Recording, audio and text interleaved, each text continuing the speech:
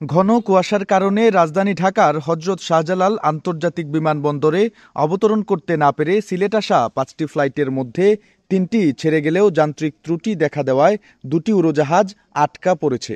সিলেট ওসমানী আন্তর্জাতিক বিমানবন্দর সূত্র সিলেট ভিউকে বিষয়টি নিশ্চিত করেছে।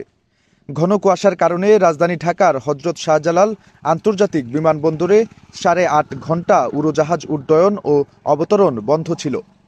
এই সময়কার 5টি ফ্লাইট সিলেটে ওসমানী আন্তর্জাতিক বিমানবন্দরে এসে অবতরণ করে। এছাড়া একটি ফ্লাইট চট্টগ্রাম আন্তর্জাতিক বিমানবন্দরে গিয়ে নামে।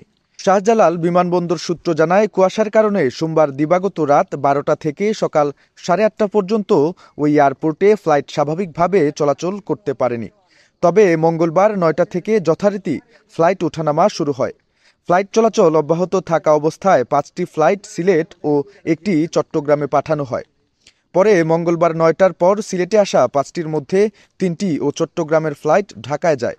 সিলেট ওসমানী আন্তর্জাতিক বিমানবন্দরের ব্যবস্থাপক হাফিজ আহমেদ মঙ্গলবার বিকেলে সিলেট ভিউকে বলেন, ঘন কুয়াশার কারণে ঢাকায় অবতরণ করতে না পেরে রাত থেকে সকাল পর্যন্ত 8.5 ঘণ্টায় বিভিন্ন এয়ারলাইন্সের শারজাহ, মাসকাট, গুয়াঞ্জু, দোহা ও সিঙ্গাপুর থেকে আগত 5টি ফ্লাইট সিলেটে আসে। 12 বছরের রিপ্লেসমেন্ট গ্যারান্টি নিয়ে তানভীর মেটালই প্রথম বাংলাদেশে।